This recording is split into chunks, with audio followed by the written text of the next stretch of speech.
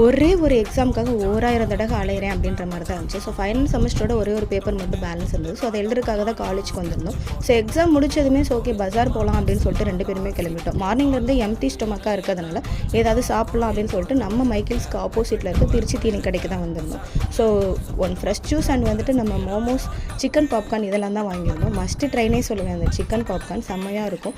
So சாப்பிட்டு முடிச்சுட்டு அப்படியே நாங்கள் சாரதாஸ்க்கு போகலாம் அப்படின்னு சொல்லிட்டோம். சாரதாஸை சுற்றி எப்போவுமே கடைகள் அவ்வளோ இருக்கும். இப்போ அதெல்லாம் இல்லை அப்படிங்கும்போது ஒரு மாதிரி கஷ்டமாக தான் இருந்துச்சு.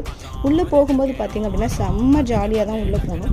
அடிக்கிற வெயிலுக்கு உள்ளே குழுக்குழுன்னு தான் இருந்துச்சு. அதோட உள்ளே செம்மையாக வைபான சாங் போட்டு சில்ட்ரன்ஸோடு சேர்ந்து இவங்களுமே செம்மையாக டான்ஸ் ஆடிட்டு இருந்தாங்க.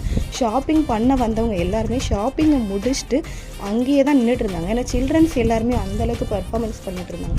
இந்த சம்மர் ஹாலிடேஸை சில்ட்ரன்ஸ் யூஸ்ஃபுல்லாக யூஸ் பண்ணியிருக்காங்க அப்படின்னு தான் சொல்லணும். ஏன்னா இந்த வீடியோஸை பார்க்கும்போது உங்களுக்கே தெரியும் எந்தளவுக்கு அவங்க அதை என்ஜாய் பண்ணி பண்ணுறாங்கன்னு சொல்லிட்டு. நாங்கள் அப்படியே எங்களுக்கு தேவையான மெட்டீரியல்ஸ் எல்லாமே எடுத்துகிட்டு நாங்கள் சாரதாஸ்லேருந்து ஒன்ஸ் வெளியில் வந்துட்டோம். ஸோ ஒன்ஸ் வெளியில் வரும்போது வெயிலுக்கு ஏன்டா வெளியில் வந்தோம் அப்படின்ற மாதிரி தான் எங்களுக்கு இருந்துச்சு. அந்தளவுக்கு வெயில் இருந்தது. ஸோ ஒன்ஸ் அந்த பாதாம் மில்க் அண்ட் ஃபலூடாவை பார்த்ததுக்கப்புறம் இந்த பிழைப்பு பிழைக்கிறதுக்கு நீங்கள் பிச்சை எடுக்கலாம்.